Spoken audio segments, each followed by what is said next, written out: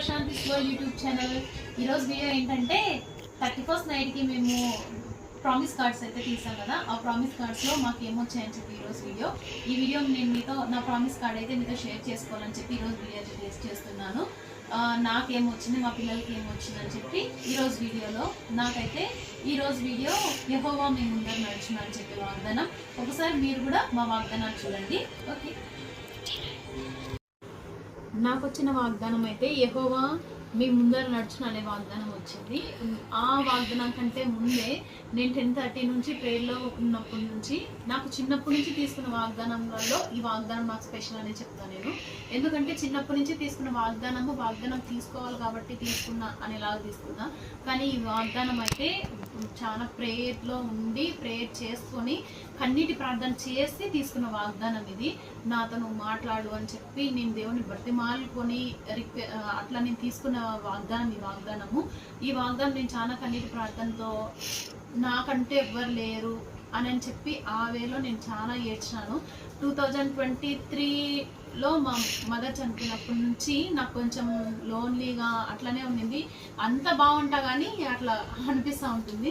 అప్పుడు నుంచి నాకు వాగ్దానం తీసుకునే ముందు కూడా నాకు అట్లానే ఉండింది. బాగా ప్రేయర్ చేసుకున్నాను, నాకు ఎవ్వరు లేరు, నాకు సహాయం చేసేవాని నువ్వే అని చెప్పి నేను ప్రేయర్ చేసుకున్నప్పుడు ఇంకా ఫస్ట్ ఆ వాగ్దానం కంటే ముందే యెహోషువ గ్రంథంలో నుంచి 1:6 అధ్యాయం నుంచి నిన్ను విడువను, నిన్ను ఎడబాయను, నిబ్బరం కలిగి ధైర్యంగా ఉండుము అనే వాగ్దానం అయితే ఆ వాగ్దానంతోనే నాకు మాట్లాడినాడు. కాబట్టి అప్పటికే అదే నా వాగ్దానం అని చెప్పి నేను ఫిక్స్ అయిపోయినాను. ఎందుకంటే నేను అంత ప్రేయర్లో ఉండి తీసుకున్న వాగ్దానము చేసుకున్నాను. కాబట్టి ప్రతి ఒక్కరు చెప్తా ఉంటారు, నా చిన్నప్పటి నుంచి పాస్టర్లు అట్లా నేను చెప్పేటప్పుడు వినడం ఏం విన్నానంటే ప్రేయర్ చేసుకున్నప్పుడు దేవుడు అంటూ పక్కన ఎదురుగా వచ్చి మాట్లాడేది కాదు, బైబిల్ ద్వారానే వాక్యాల ద్వారానే మనతో మాట్లాడతాడని చెప్తా ఉంటారు. కానీ నేను చిన్నప్పటి నుంచి ఎప్పుడు నాకు ఆ అనుభవం అయితే నాకు లేదు. కానీ ఈసారి నాకు అనుభవం వచ్చింది. చాలా హ్యాపీగా ఫీల్ అయినాను నేను ఆ వాగ్దానం తీసుకున్నప్పుడు. మా పిల్లల విషయంలో మా పిల్లలకి మా హస్బెండ్కి వచ్చినప్పుడు కూడా ఫస్ట్ లేడీస్ అంతా తీసుకున్న తర్వాత జెంట్స్ తీసుకోవడానికి వెళ్ళినారు చర్చ్లోకి. జెంట్స్ తీసుకోవడానికి వెళ్ళినప్పుడు అప్పుడు మా ఆయన వెళ్ళినప్పుడు కూడా ఆయనకు మాట్లాడే వాగ్దానమే ఇవ్వండి అని చెప్పి నేను ప్రేయర్ చేస్తున్నా. ఆయన వెళ్ళేటప్పుడు కూడా నేను చాలా ప్రేయర్ చేస్తున్నా. కాబట్టి ఆయనకు వచ్చిన వాగ్దానం ఏమొచ్చిందంటే ఆయన మిమ్మల్ని గూర్చి చింతించుచున్నాడు కనుక మీ చింత యావత్తు ఆయన మీద వేయుడి అనే వాగ్దానం వచ్చింది. ఇంకా ఆయన మనం వాగ్దానం తీసుకున్నట్లు కాదు, నాకు తెలిసి వాగ్దానం తీసుకున్నట్లు కాదు. ఆ వాగ్దానం తీసుకున్నప్పుడు ఇయర్ అంతా వాగ్దానం ఎత్తిపట్టి దేవునికి ప్రేయర్ చేస్తే అది ప్రతిఫలం ఉంటుందని చాలా మంది మాకు వాగ్దానం తీయండి అని చెప్తారు.